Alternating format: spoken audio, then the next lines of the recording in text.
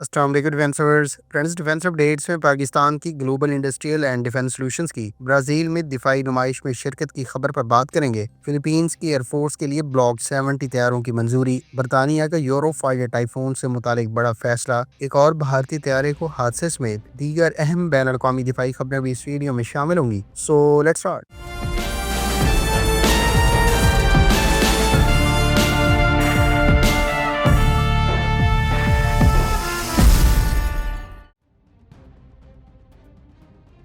Friends, Brazil میں ہونے والی defence exhibition Latin America aerospace and defence exhibition میں پاکستان کی global industrial and defence solutions بھی حصہ لے رہی ہے۔ پاکستان کے گیٹس کی جانب سے اپنے کئی طرح کے ویپنز اور سسٹمز اس دفاعی نمائش میں پریزنٹ کیے گئے ہیں، جس میں حربہ NG نامی anti ship and land attack cruise missile, Taimoor air launch cruise missile اور Fatah 1 guided multi launch rocket systems کے علاوہ بلیز سیریز کے لوئٹنگ منیشنز، سرویلنس اور کامبیٹ ڈرونز کے علاوہ ایئر لانچ گائیڈڈ منیشنز قابل ذکر ہیں۔ یہ ڈیفینس ایگزیبیشن 1 اپریل سے لے کر 4 اپریل 2025 تک جاری رہے گی اور اس میں دنیا کے کئی ممالک کی آرمڈ فورسز اور اس کے مندوبین کے علاوہ different defence and aerospace companies حصہ لے رہی ہیں۔ خیال رہے کہ global industrial and defence solutions اپنے پورٹ فولیو پر موجود مختلف طرح کی آفرنگز اس سے پہلے ایڈیکس دفاعی نمائش ایجپٹ کے علاوہ آئیڈیکس 2025 میں بھی شوکیس کر چکی ہے، جبکہ حالیہ کچھ عرصے میں ترکیہ میں ہونے والی دفاعی نمائشوں میں حصہ لینے کے علاوہ اب برازیل کی مارکیٹ کو بھی ٹیپ کرنے کی کوشش کی جا رہی ہے۔ خیال رہے کہ global industrial and defence solutions کا فتح 1 guided multi launch rocket system 140 kilometre کی رینج پر مختلف نوعیت کے اہداف کو پن پوائنٹ ایکوریسی سے نشانہ بنا سکتا ہے، جبکہ حربہ NG کو نیکسٹ جنریشن اینٹی شپ اور لینڈ اٹیک کروز میزائل قرار دیا جاتا ہے اور یہ 290 کلومیٹر کی رینج پر دونوں طرح کے اہداف کو نشانہ بنا سکتا ہے۔ اس کے علاوہ Taimoor air launch cruise missile کو اب سے 2 سال پہلے متعارف کرایا گیا تھا اور یہ بھی 290 کلومیٹر کی رینج پر مختلف طرح کے پلیٹ فارمز، جس میں لائٹ اور میڈیم کامبیٹ ایئر کرافٹ قابل ذکر ہیں، ان کے ساتھ سیملیسلی انٹیگریٹ کیا جا سکتا ہے۔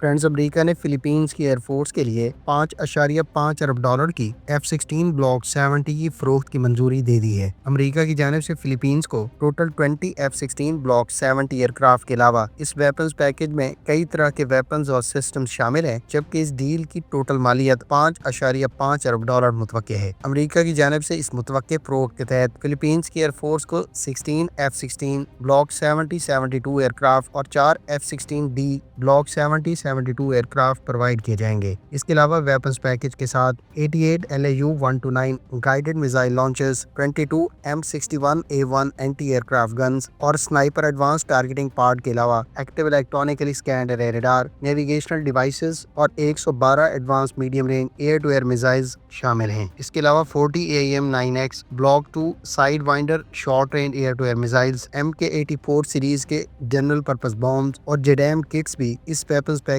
میں شامل ہوں گی۔ خیال رہے کہ امریکہ کی جانب سے اس میسو ویپنز پیکج کی منظوری امریکی سیکرٹری دفاع کے حالیہ دورہ فلپینز کے فوراً بعد سامنے آئی ہے۔ خیال رہے کہ فلپینز گزشتہ کافی عرصے سے نئے فائٹر ایئر کرافٹ کی ایکوزیشن کی کوششوں میں ہے اور اس مقصد کے لیے 2021 میں بھی اسٹیٹ ڈپارٹمنٹ کی جانب سے total 12 F-16 block 70-72 year craft کی $2.43 ارب کے ویپنز پیکج کے تحت منظوری دی گئی تھی، تاہم فلپینز کی جانب سے ان طیاروں کو عقائد نہیں کیا گیا تھا۔ بعد میں فلپینز کی جانب سے ساب کمپنی کے تیار کردہ گرپن طیاروں کی ایکوزیشن پر بھی غور کیا گیا تھا، تاہم ابھی تک فلپینز گرپن یا F-16 بلاک 70 میں سے کسی بھی طیارے کو اکوائر نہیں کر سکا۔ فلپینز کے ڈیفنس منسٹر نے اب سے کچھ عرصہ پہلے یہ بیان دیا تھا کہ ان کی ایئر فورس کو 40 نئے طیاروں کی فوری طور پر ضرورت ہے، جسے آنے والے عرصے میں اکوائر کیا جائے گا۔